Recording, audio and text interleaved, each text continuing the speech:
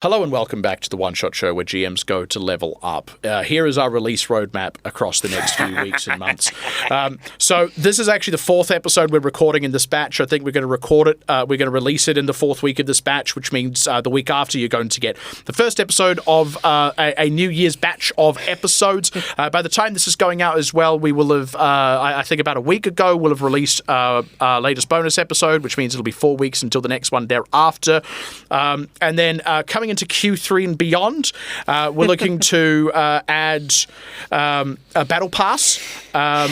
We're making some changes around here, you know. I threw this topic into our master list for this month because of the most recent announcement that Wizards of the Coast did that Dungeons and Dragons is now going to be released in seasons. Yes, in the seasons of horror, season of magic, seasons of champions. Big title: is D&D a live service game now? And yeah, Are we Fortnite? I threw this in, and I thought about it because it immediately riled me the wrong way, and then I thought about the question, is D&D a live service game? And I think I've arrived at an uncomfortable conclusion that I don't like. Likewise. Which is that it is a live service game, essentially. I'm going to level with you, as you're listening to this now, I'm going to make a prediction about the last minute. The last minute of this episode is going to be me shouting into my microphone, prepare yourself now. But let's kick into this. Yeah, I think it is a live service game now as well, and I'm fucked off. Yeah, I think so too. But then I started wondering, like, look at how they massacred my boy. Okay. Let's go back. So I explain what we mean. Why do we feel this way? What's actually happened? Give us the Cliff Notes summary. Okay, so the Cliff Notes summary is that Wizards of the Coast, after its big reshufflings of the last few years, a lot of creative designers stepping away, like, you know, we've all followed the drama of Wizards, if we're listening to this podcast, most likely, have announced that their roadmap from pretty much now to like mid-2027 is that every 4 months, they will release a new season of content. The first one is the Season of Horror, which takes us back to Ravenloft. For fun. Yep. We love that. And then we have the Season of Magic, and then we have the Season of Champions, and then they will release their core books and also associated events along those seasons, along those themes. Yeah. And it had sort of reached a point where it had been like 2020, 2025, like, oh, not too much. We've got the core books, but what are the adventures? What's the meat that we're going to be chewing on? And then this is their response to that. And as soon as I read it, I was kind of like, I don't know how I feel about it. And look, I say this as somebody who has never run an out-of-the-box adventure. Yes. Where are the fucking modules? Absolutely. Well, I wonder if it's going to feel more modular as a result of the seasons Maybe. thing. Okay, we're going to keep going. And then I was kind of like, and then I was like, live service video game. And then I was like, okay, so what is a live service game? The game is made. It is complete unto itself mechanically. It goes out into the world. And then over time, it is iterated upon in seasons and changes, a little like a campaign, and then it is monetized in various forms, and it can be done free to play, but also if you want to do it fast, easy, fun, cool, flashy, you can invest a lot more money into it. Yeah, and I'm going to say this of live service games real quick, like to give a couple of key examples, like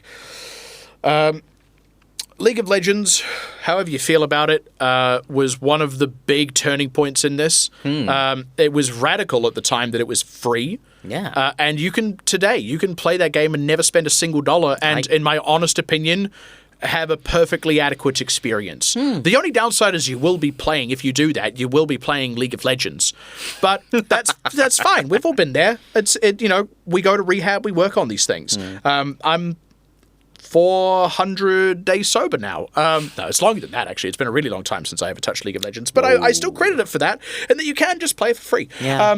And in that, they also had a free champion rotation, right? Every single week, there were 10 champions. This is how old I am. This is how long ago I played it. There are different 10 champions that you could play for free. So you could also get more and like try different things out, and then you like that one and you've accrued enough of the in-game currency and you're like, I'm going to go ahead and unlock that one. And you can still do that. You can still do that to this day.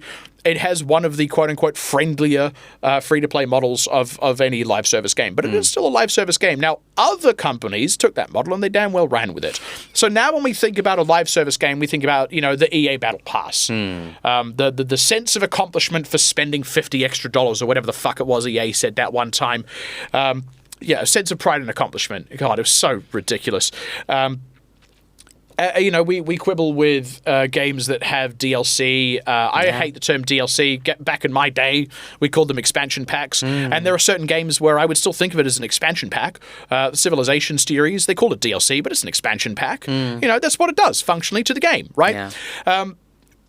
And physical games have crossed over into the digital space quite a few times over the last few years, most notably in TCGs. Hearthstone is patient zero for this. Hearthstone took TCGs into the digital form in a way that Magic the Gathering had kind of failed to up till that point. Yeah. Really cool game.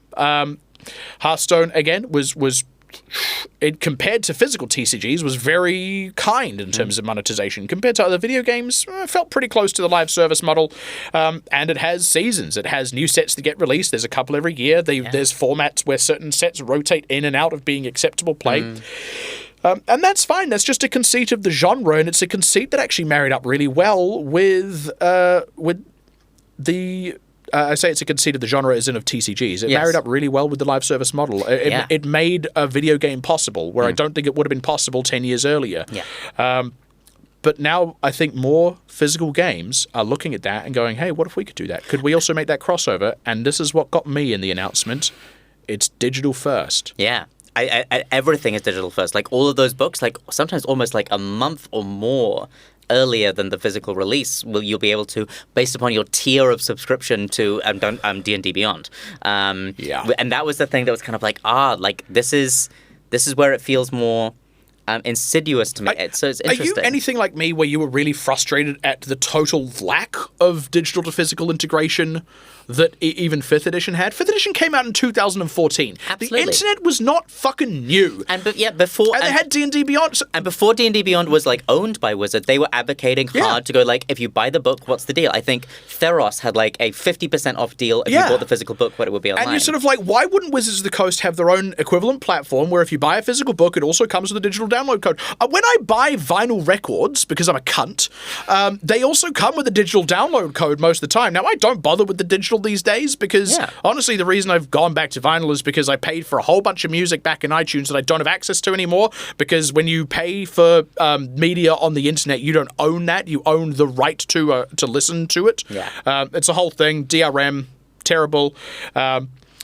But that's what's going on there. We're like, why can't they at least do that? And now, not only have they've like gone past that good step way to the other extreme end of like the worst possible form of digital integration, where it's like, we're into predatory pricing. We're into subscription tiers. And we're also into that thing that comes with... When I initially was having this debate in my head, I was like, it's not a live service game because D&D is played at the table with your friends and you're not gathering like public acclaim. Like you're not like climbing up the rankings in the public sphere. However, this thing that the digital will do, I feel, is that like those D&D channels that have access to all of those things will promote and like get the kudos, get the credit, get the views off the digital versions of the product before the physical product goes into the hands of those people who want it.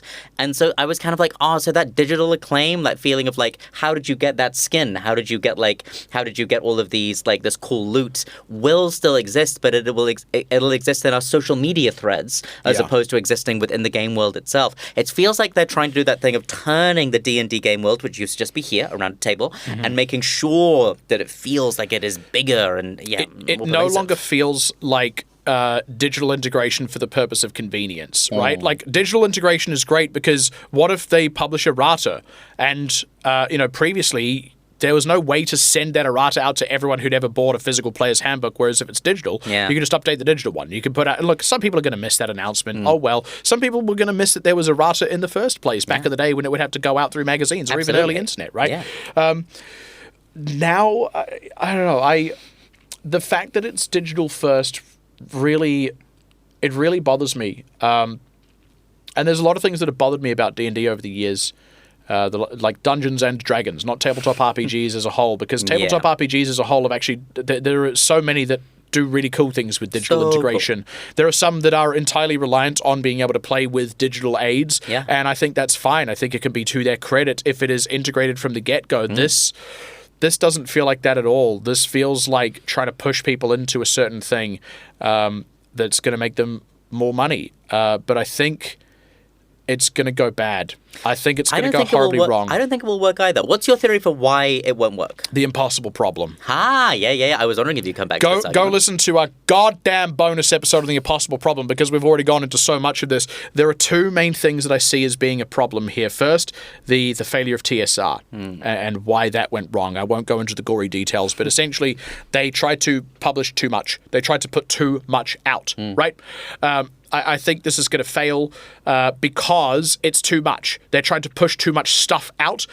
Tabletop RPGs are a slow medium.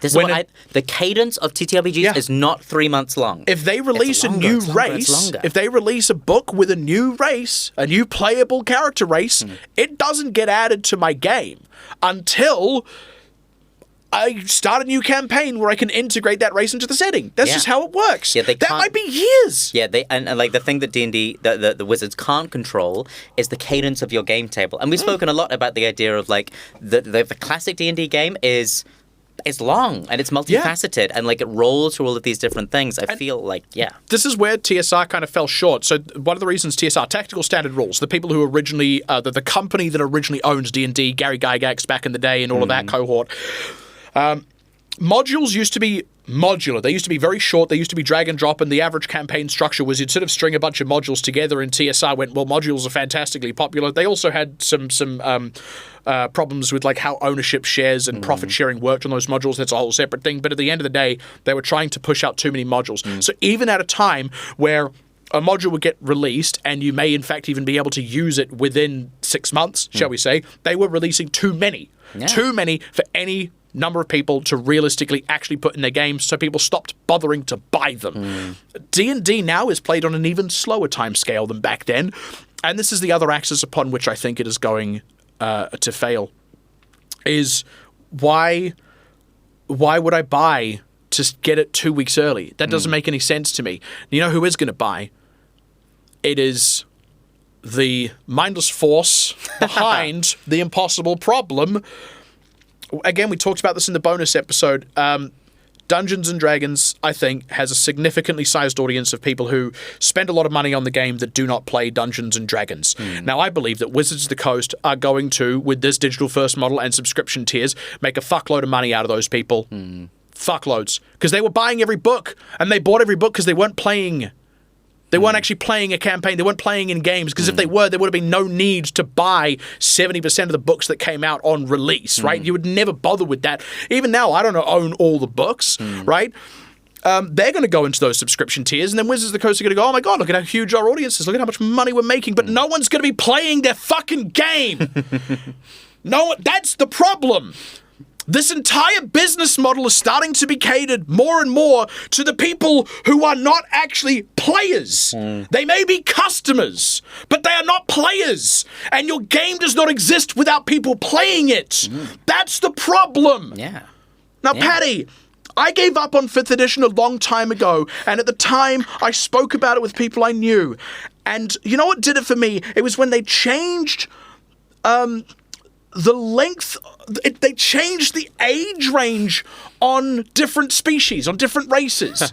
They were no longer, like, you know, it was no longer elves live for maybe thousands of years or more, and humans live for about 80. And also, they stripped that all out, and that pissed me off. And I know it's a really tiny thing, but it was, you know, I was the boiling frog. That was when it got hot enough for me to jump out. And at the time, I remember saying to so many of my peers who went, I can't believe that this is really the last straw for you. And I went, fair enough, but consider what your straw is.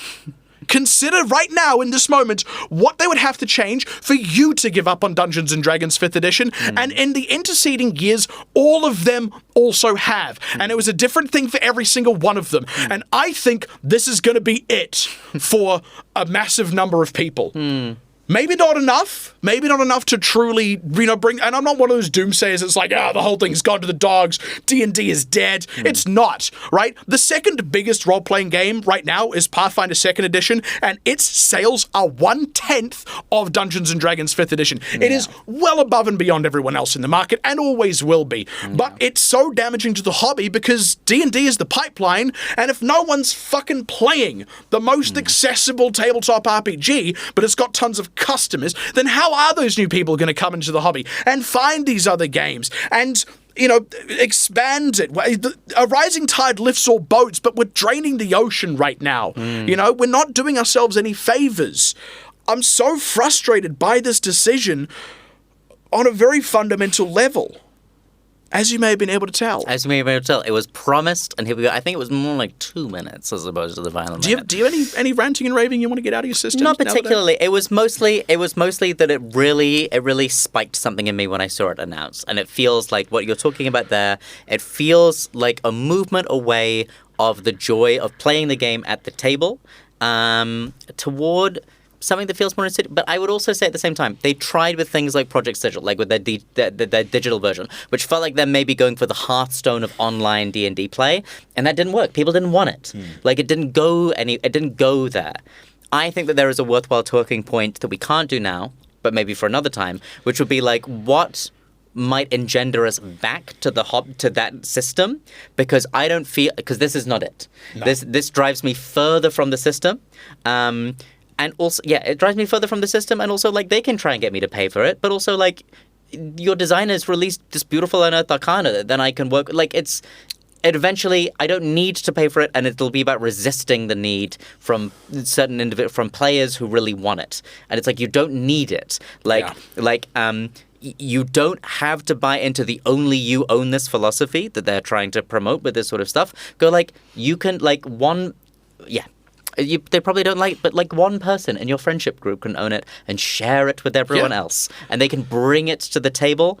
As a result, you don't need to pursue these seasons, and also you don't need all this. You don't need all these extra subclasses that are going to release once every 3 months. No, like 5 new subclasses every 3 months, player-facing options. I run a quite deadly game, and even my table doesn't go through characters that quickly. And even then, by the time someone's character dies, they've already got something else cool they want to play and have been wanting to for the last few months. It's not going to be the shiniest, newest thing in the shiniest, newest book. Yeah. I'm going to be, over the next, 9 months of these 3 seasons, I'm going to just be so interested to see what happens with the general conversation around the game, because I feel like it's not exciting. And it's really not. Yeah, not exciting at all. It feels like business-first decision-making. We're not excited. But, we're excited to have you back with us next time, but hopefully we'll be on a lighter topic. I feel like we did 3 heavy hitters this month, and then the Rogues Gallery episode. So maybe we go a little lighter for the next month. Do a few lighthearted cool-down episodes. Thank you so much for joining us for this discussion. Please, again, I have said it twice, like, hop into the Discord. Please let us know what you think about this. I'm really fascinated by this development, and I really want to hear from folks to go, like, what's going on. And we'll see you in the next one. See you in the next one. If you're enjoying listening to The One Shot Show, why not support us on Patreon? Go to patreon.com/OneShotShow, where you'll be able to find video versions of our episodes, long-form bonus episodes that we release every single month, access to our community Discord server. You can pose questions for our special Q&A episodes, and if you back at the higher tiers, you can even vote on what questions we cover in our show. Check it out.